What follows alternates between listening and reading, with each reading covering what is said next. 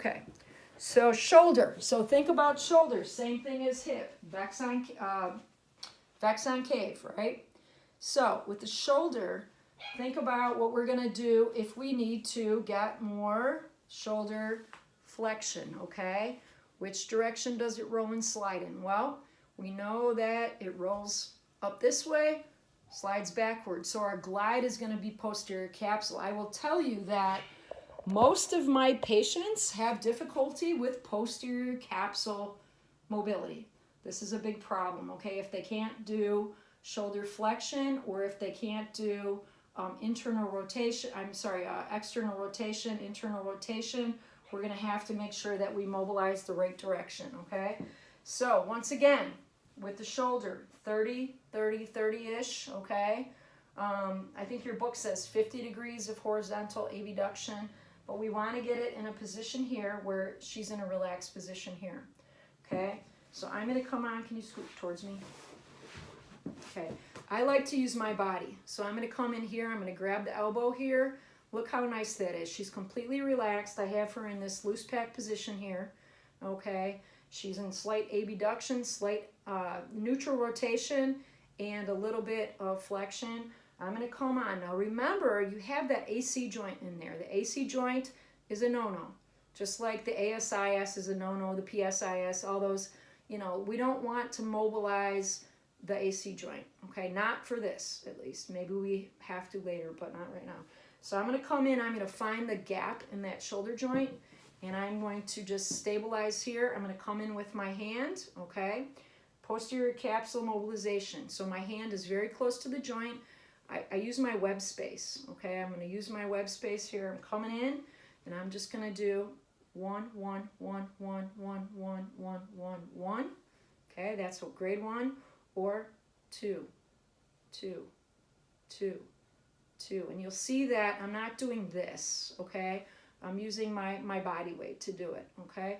So 1, 1, 1, 1, 1, 1, 1, 2, 2, 2. My thumb is in her axilla there. You can also turn your hand the other direction. You guys can do this however you want.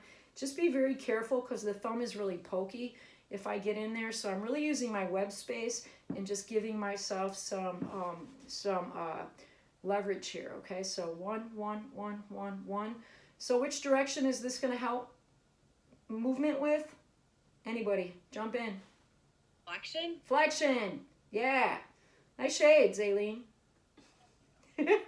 Your coffee mug matches your shades and your jacket. That's impressive. Blue is my color. Yeah, okay. All right, so 1, 1, 1, 1, 2. Okay, so flexion, right? Okay, so let's think about this. What other motion might this help with? Okay, if I'm mobilizing posterior capsule, what other motion? Internal rotation. Internal rotation. Thank you. Yeah, so internal rotation. Good. Okay. So if I want to do anterior capsule for the sake of getting external rotation and extension, I'm going to have her flip on her stomach. Okay. I can also do this in side lying. I can do it in a lot of different directions. Now I'm on the opposite arm here, so bear with me. Okay, but I'm still going to have her resist the urge to do this, right? That's uncomfortable. That's not loose pack position. So I still need her, relax your arm case, I'm trying to, I still need her in slight abduction, slight neutral rotation, and a little bit of flexion, and I'm coming here, right? Okay, I'm going to hold her here. I'm coming right at that joint capsule, and I'm doing the same thing, okay? So 1, 1, 1, 1, 1, 1, 1, or 2, 2, 2. And I will tell you, very rarely do I mobilize anterior capsule unless I have an adhesive capsulitis patient, then sometimes I do. But you see how easy it is to get your patient in that position to do that, right?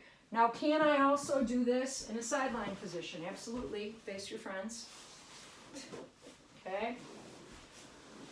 Sideline position. Right, here you go. Arm is in loose pack position. I can come stabilize at the elbow. I can come on and do 1, 1, 1. Or I can come in the front here. I can hold them here, right? Get my arm here and do 2, 2, 2. But it's harder because now we've got more movement of the upper trunk. So if you have to, you can do it in sitting, you can do it in standing. But that is the basics of anterior and posterior mobilization for the shoulder. So the other thing that I can do is, go back on your back, please. All right. Thank you. Sorry. Okay. The next thing I can do is think about maybe radiculopathy or maybe impingement, or maybe the patient has, frozen shoulder and we just want to get a little distraction or traction of that shoulder. I can come in here and just like with the lower extremity, I can come on and I can do slight traction here, okay, or distraction.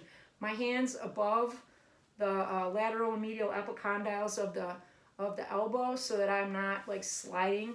And I don't want to pull from the wrist, okay? So I'm going to come and I'm going to wrap the arm kind of around my body here, kind of block the axilla, and I'm just going to lean my body back, okay? So grade 1, once again, 25 to 50%. Grade 2, going to that first restriction, and that's where you guys stop. Grade 3, I'm going to go in and I'm going to really block that shoulder, and I'm just going to pull, okay? Great for those patients that have been immobilized for a long period of time. But you don't want to be aggressive with it for rotator cuff, or, if you've had a patient that has glenohumeral instability, obviously don't do that, okay? So go back to your contras and precautions. Make sure that you are, thinking about what you should and shouldn't do with that joint, okay? If you're not supposed to be moving it, obviously you're not going to be mobilizing it, okay? Now with my passive range of motion, let's say she had a rotator cuff surgery, okay? Maybe I might take her here and I might come up and just do a nice little oscillation here. Or I might just do very minimal, grade 1, okay? And then proceed into my passive range of motion, okay? So that's something that you can do because there's no movement involved and you're keeping the patient in this safe range of motion. As long as, if the doctor says, well, I don't want, 90 degrees of flexion, then don't do that. But you can get them in that loose pack position, come in and just do this nice little oscillation here, and that really helps a lot with passive range of motion. Okay, any questions on that? You guys doing okay with that? I'm going to